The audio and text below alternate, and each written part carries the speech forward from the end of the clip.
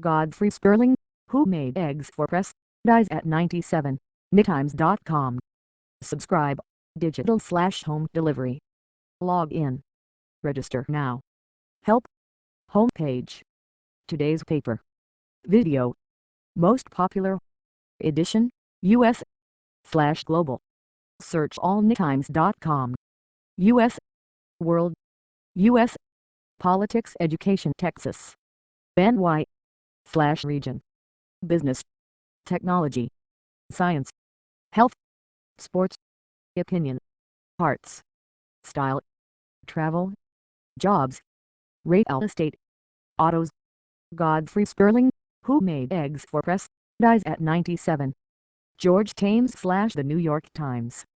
Godfrey Sperling Jr. in 1981, at one of his breakfast meetings at the Carlton Hotel in Washington. By John Schwartz. Published, September 12, 2013. We're on the record. Connect with us on Twitter. Follow @NetNational for breaking news and headlines. Twitter list, reporters and editors. With those words, Godfrey Sperling Jr., a journalist with the Christian Science Monitor, opened thousands of breakfasts that became a Washington institution, bringing newsmakers together with news reporters, often to newsmaking effect. Mr. Sperling, who from childhood carried the nickname Butch, died on Wednesday, 2 weeks before his 98th birthday, said his daughter, Mary Sperling McAuliffe. Everyone came to the Monitor breakfasts. Presidents Reagan, Ford, Carter and Clinton, 5 vice presidents and more cabinet members and assorted newsmakers than anyone could count. Actually, that may not be true. Political reporters are as statistics-crazed as sports fans, and so as the numbers stacked up, the milestones were often noted in the press. The 2000th breakfast was commemorated in May 1987 with a brief article in the New York Times. It included an estimate by Mr. Sperling that the guests and journalists had by then consumed 120,000 eggs. The final tally of breakfasts and lunches and dinners he presided over, 3,241. The questions could be spirited, but the atmosphere tended toward the genteel. The National Journal once compared Mr. Sperling to Toscanini beckoning with strings and woodwinds while tempering the brass section. The breakfasts, generally held at a hotel now known as the St. Regis, were a phenomenon of a simpler time, with more cholesterol and less technology. The conversation in Washington today is largely driven by Twitter and other online media. But Mr. Sperling offered real conversations, and those discussions, more often than not, led to news.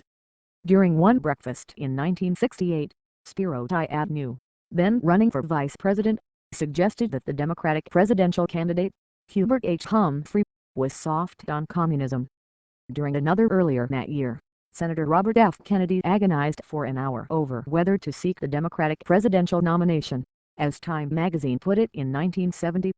At a breakfast in 1993, the Republican political operative Edward J. Rollins told reporters that Christie Whitman's campaign for governor of New Jersey, which he had managed, funneled about $500,000 in walking around money to black ministers and Democratic Party workers to dampen their efforts on behalf of the Democratic incumbent, Jim Florio. Mr. Rollins later retracted his comments.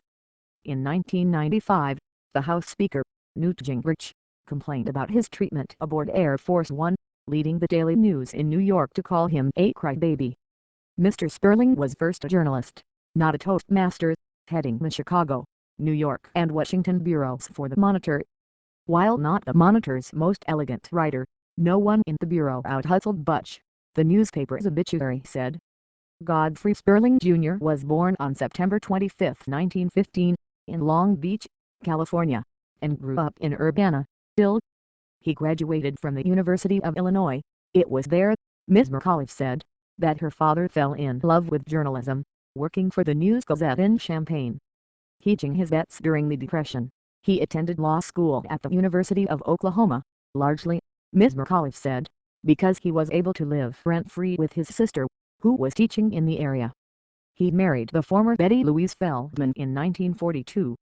She died in 2012, not long after the couple celebrated their 70th wedding anniversary. Besides Ms. McAuliffe, he is survived by a son, John, a granddaughter, and a great-grandson. Mr. Sperling joined the Monitor in 1946 after serving in the Army Air Force.